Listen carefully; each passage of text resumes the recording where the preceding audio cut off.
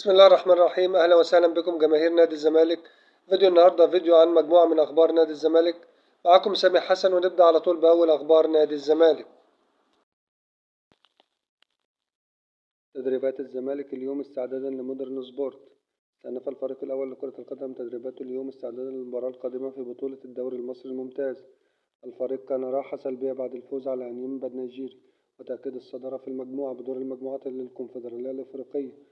وخاض اللاعبين الذين خاضوا مباراة أنيمبا تدريبات استشفائية وتأهيلية تجنبا للإرهاق، بينما خاض باقي اللاعبين تدريبات بصورة طبيعية. وواصل الثلاثي محمود حمدي الونش وعبد الله السعيد ومصطفى الزناري تدريبات تأهيلية تحت إشراف الدكتور محمد أسامة طبيب الفريق، في حين غاب مصطفى شلبي عن التدريبات بسبب نزلة برد تعرض لها مؤخرا. بالتوفيق يا جماعة الزمالك في مباراة مودرن سبورت. طبعا مفيش دلوقتي فريق قوي وفريق ضعيف، دلوقتي كل الفرق بتستعد بقوة لمبارياتها، فلازم لعيبة نادي الزمالك تركز ونبني بقى على الفوز اللي اتحقق مع أنيمبا. إن شاء الله نادي الزمالك يحقق فوز على مودرن سبورت ويقرب خطوة بخطوة لبطولة الدوري. طبعا المنافسة هتكون شرسة مع الأهلي وبيراميدز، وطبعا بالتوفيق لنادي الزمالك في المباراة اللي هتكون يوم الخميس إن شاء الله. وجهة نظر ممدوح عباس في التجديد لزيزو. كشفت تقارير إعلامية عن موقف ممدوح عباس رئيس نادي الزمالك الأسبق عن ملف تجديد اللاعب أحمد مصطفى زيزو. والتقارير الصحفية أكدت أن ممدوح عباس تواصل مع حسين لبيب رئيس النادي وطلب من الإدارة بيع اللاعب نظرا للطلبات المبالغ فيها من والد اللاعب، حيث كان نادي الزمالك يرغب في تجديد اللاعب لنادي الزمالك، إلا أنه اصطدم بطلبات والده المبالغ فيها.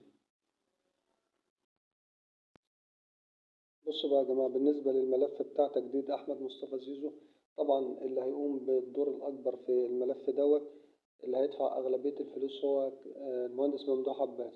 طبعا لما نيجي نتكلم ممدوح عباس طبعا كان من خلال الإدارة إن هو اجتمع مع والد زيزو علشان مسألة التجديد وكده. فطبعا زيزو جاي له عقود قوية جدا من السعودية ومن دول تانية، فطبعا بس أغلب الظن السعودية يعني. فطبعا هو بالنسبة لزيزو طبعا مبالغ مهولة بصراحة، يعني لما يجي يقولوا له مليون ونص دولار في الموسم و2 مليون دولار في الموسم، انت تبص تلاقي اللاعب وصل ل 100 مليون جنيه. طبعا بالنسبة لإدارة نادي الزمالك مش هتقدر تدفع المبالغ ديت لزيزو. يعني مثلا إن هو يجي يديله في الموسم 120 مليون، صعبة جدا على إدارة نادي الزمالك إنها تديله في موسم واحد حاجة زي كده. فطبعا بالنسبة لممدوح عباس طبعا الموضوع خارج الميزانية كده خالص، لأن هو بالنسبة له هو اللي هيتكلف أكتر من 60-70% من فلوس زيزو على الأقل مقدمة التعاقد. فطبعا بالنسبة للأمور مش هتمشي في الوضع دوت، وهتبقى صعبة جدا إن هو يدفع المبلغ ده كله. وطبعا والد زيزو طبعا بيبص من الجنة التانية بيلاقي إن جاله مبالغ قوية جدا من السعودية عروض، فطبعا هو مش عايز يخسر ابن العروض ديت. ممكن ينزل شوية إنما مش هينزل للمبالغ اللي هو في اعتقاد إدارة نادي الزمالك إن هو هيدفعها. فطبعا أنا من وجهة نظري أنا الشخصية إن كان المفروض إدارة نادي الزمالك أي لاعب بيتألق بيوصل لليفل معين، الليفل ده يعني مثلا لاعب في الدوري السويسري بيلعب بيتألق، بعد كده بينتقل للدوري مثلا الأقوى اللي بعد كده، ممكن يروح الدوري الإيطالي، ممكن يروح الدوري بعد كده ممكن يروح الدوري مثلا الأسباني، ممكن بعد كده الإنجليزي. يعني اللعبة بتتدرج، إنما أنت عشان تيجي مثلا تاخد لاعب وهتخليه عندك على طول العمر ده، أنا مش مع إن زيزو يمشي ولا حاجة، بس صعب على إدارة نادي الزمالك إنها تحضر مبلغ كبير كده لزيزو. وطبعا بقية اللعبة التانية هتبص عليه هتشوف هتلاقي مثلا إن هو إيه بياخد مبالغ أضعافهم 5-6 مرات. طبعا الحاجات دي موجودة في الكورة، بيبص بقى بيبقى في ناحية غيرة، ده هو كذا ده كذا، بتحصل فشكلة للعيبة.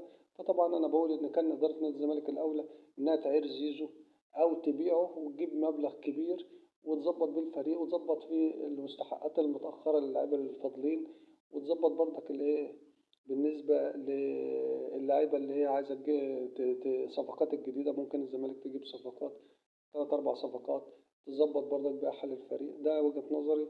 وبالتوفيق لنادي الزمالك. الخبر ده بتكون نهاية الفيديو بتاعنا. شكرا لكم لحسن المتابعة، والسلام عليكم ورحمة الله وبركاته.